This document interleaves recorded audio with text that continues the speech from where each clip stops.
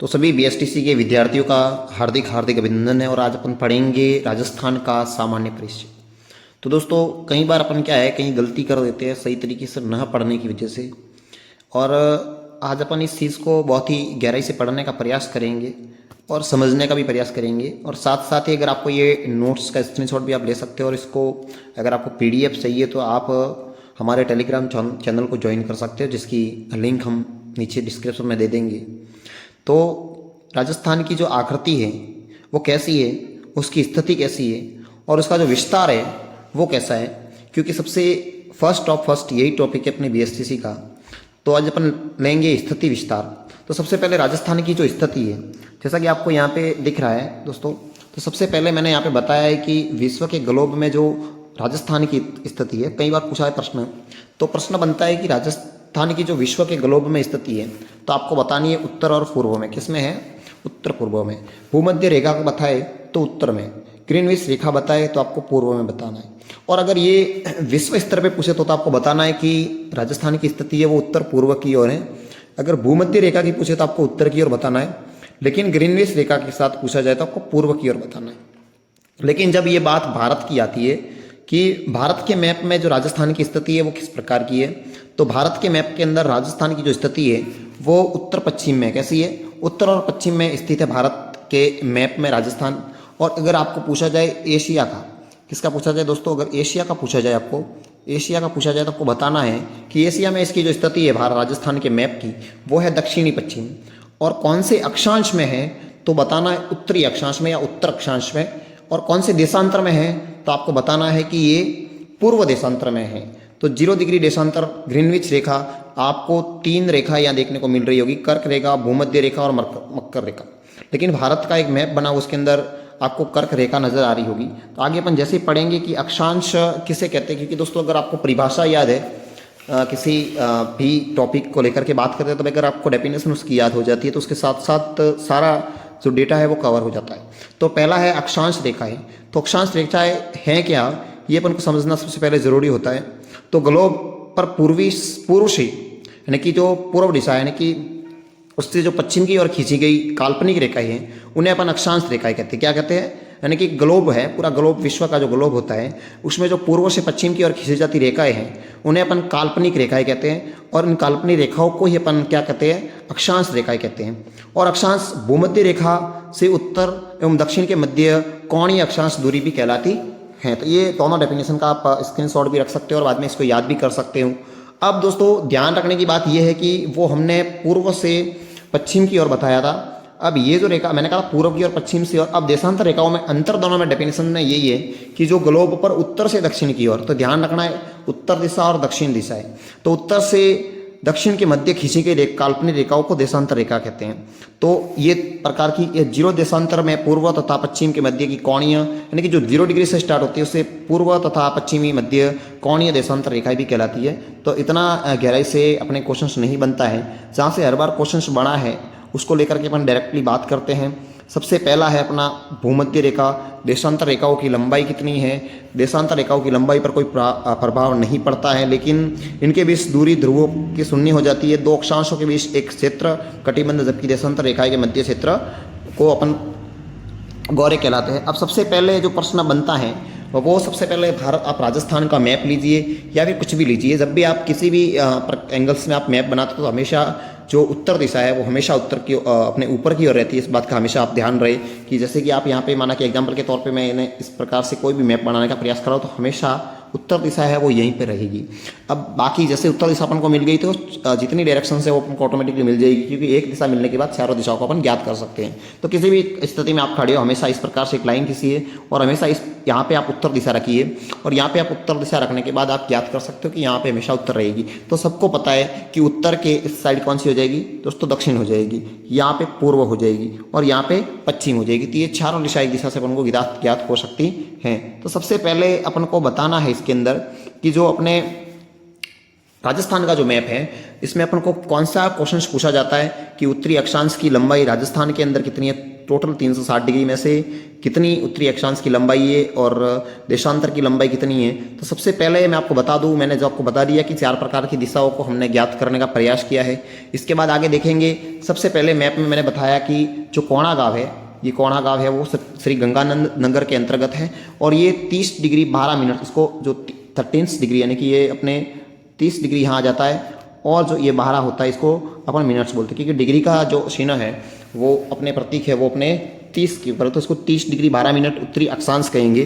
जो उत्तर की ओर है इसको 30 डिग्री उत्तरी अक्षांश कहेंगे। और राजस्थान का जो सबसे उत्तरतम गांव है कि उत्तर दिशा की ओर जो सबसे लास्ट वाला गांव है उसको कहेंगे कोणा गांव और ये अपने श्री गंगानगर जिले में स्थित है। और अब आपको यहाँ पे बता रहा हूँ मैं सबसे इंपॉर्टेंट बात, कई बार ये एग्जाम्स में पूछा गया है, इसको लेकर के बात करते हैं कि अपन सबसे पहले जो ये तो अपने हो गया कि उत्तर का गांव हो गया। अब दिमाग में रखना है कि सबसे दक्षिणतम गांव कौन सा है। सबसे पहले दक्षिणतम गांव को भी देख लेते हैं। तो दक्षिणतम गांव है अपना बोरकुंड। कौन सा है दोस्तों? बोरकुंड। बोरकुंड गांव है वो अपने सबसे दक्षिणतम गांव है, बोरकुंड। बोरकुंड बोरकुंड गांव है और ये सबसे दक्षिणतम जिला है वो अपना है भाई बांसवाड़ा जिला। कौन सा है? बांसवाड़ा जिला। और ये कौन सी तहसील में है? कुशलगढ़ तहसील में है और ये बोरकुंड गांव है। और मैंने अभी आपको बता दिया कि उत्तरी अक्षांश यानी कि उत्तरी अक्षांश कहाँ से कहाँ तक है बताना आपको। 30 डिग्री 12 मिनट से लेकर के आपको बताना है 23 डिग्री 3 मिनट। कितना है? 23 डिग्री 3 मिनट। ये अपने टोटल लेंथ है अपने किसकी, जो उत्तरी अक्षांश की। तो राजस्थान के अंदर जो लेंथ है कि लो लास्ट वाला गांव कोणा गांव आ गया, कोणा गांव से लेकर के पूरी अपने बोरकुंड गांव तक की जो लेंथ है वो है 30 डिग्री 12 मिनट से लेकर के 23 डिग्री 3 मिनट्स। तो ये अपना हो गया।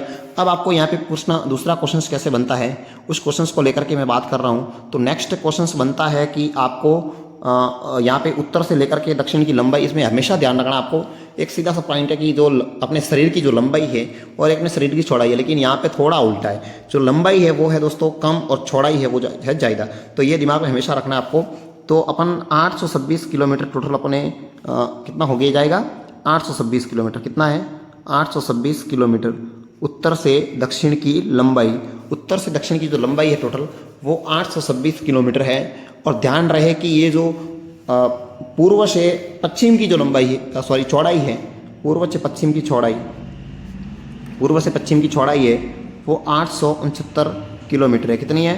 869 किलोमीटर। ये ध्यान रखना है। अब जब आप 869 किलोमीटर में से 826 को घटाते हो, जब आपको डिस्टेंस पूछा जाए कि इन दोनों के बीच में कितना अंतर है, तो इस डिस्टेंस को आपको बताना है। तो टोटल आपने ये 43 किलोमीटर का डिस्टेंस बनता है। कितना है? 43 किलोमीटर का डिस्टेंस बनता है। तो यहाँ पे इन्होंने लिख रखा है कि 43 किलोमीटर इसका डिस्टेंस है। लेकिन आपको ध्यान रखना हमेशा कि ये लंबाई है और ये चौड़ाई है। ये है लंबाई, उत्तर से दक्षिण की लंबाई और पूर्व से पश्चिम की चौड़ाई। तो हमेशा इस बात का आपको याद रखना है कि जो लंबाई है वो तो कम है लेकिन चौड़ाई है वो ज़्यादा है, क्योंकि यहाँ पे रेगिस्तान का पूरा क्षेत्र पड़ता है इस साइड में, जो पूर्वी और पश्चिम की ओर। लेकिन ये ध्यान रखना है कि आपको उत्तर से दक्षिण की लंबाई और पूर्व से पश्चिम की चौड़ाई दोनों हमेशा याद रखनी है। 869 किलोमीटर और 826 किलोमीटर है लंबाई और 869 किलोमीटर है चौड़ाई। और इन दोनों को अगर आपको अंतर पूछा जाए कि इन दोनों सीमाओं के अंदर कितना अंतर है, इस अंतर को आप निकाल सकते हो। 869 में से 826 घटा देना। अगर आपको दोनों याद है तो घटा सकते हो। और दिमाग में रखना है हमेशा कि 43 किलोमीटर दोनों के बीच में अंतर है। कितना है? 43 किलोमीटर। तो ये अपने दोनों के बीच में अंतर हो जाएगा। तो इसको लेकर के आप समझ गए होंगे। अब आगे की ओर बढ़ते हैं अपन वापस। तो अब आपको बता दूं, मैंने आपको 2 गांव बता दिए, सबसे उत्तर का गांव और सबसे दक्षिण का गांव। लेकिन अब अपन को ये भी रहना चाहिए कि पूर्व का गांव कौन सा सर, और उसकी देशांतर रेखाओं की लंबाई कितनी है। तो उसके देशांतर की लंबाई है 78 डिग्री 17 मिनट से लेकर के 69 डिग्री 30 मिनट्स। तो ये ध्यान रखना है। अब आपको पूछा जाए कि सर आपने हमको बता तो दिया कि वे 30 डिग्री ये लेकर के 23 डिग्री 3 मिनट्स तक तो हैं, लेकिन ये नहीं बताया सर कि देशांतर की लंबाई कितनी है। तो आपको याद करना है 78 डिग्री 17 मिनट्स और यहाँ पे 69 डिग्री 13 मिनट्स। ये है देशांतर रेखा। इस बात का हमेशा ध्यान रखना, भूलना नहीं है। अक्षांश रेखा और देशांतर रेखाओं में अंतर है। जो इस तरफ यानी कि अपने पूर्व से पश्चिम की ओर खींची गई रेखा होती है वो हमेशा देशांतर रेखा कहेगी अपने राजस्थान के अकॉर्डिंग, और जो उत्तर से दक्षिण की ओर खींची गई रेखे हैं उन्हें अक्षांश रेखा कहेंगे। तो अक्षांश रेखा और देशांतर रेखाओं में यही अंतर है।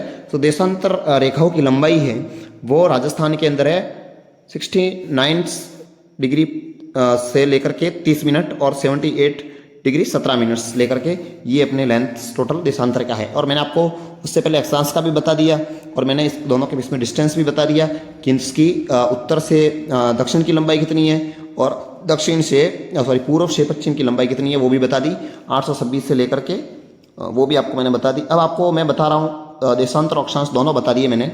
अब अपन बात करते हैं कि सबसे जो पूर्व का गांव है और जो सबसे पश्चिमतम गांव है वो कौन सा है। तो सबसे पहले ध्यान रखना है कि पूर्व में अपना जिला है धौलपुर, जहाँ सबसे पहले सूर्योदय होता है। तो पूर्व का गांव अपना हो जाएगा सिलान गांव या सिलाना गांव, इसको बोलते हैं सिलाना गांव।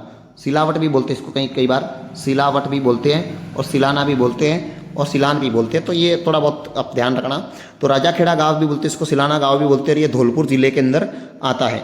उसके बाद ये हो गया अपना पूर्व का गांव। कौन सा हो गया दोस्तों? पूर्व का गांव, पूर्व का सबसे अंतिम गांव कह सकते हैं इसको। और अब के बाद आता है जैसलमेर की बारी।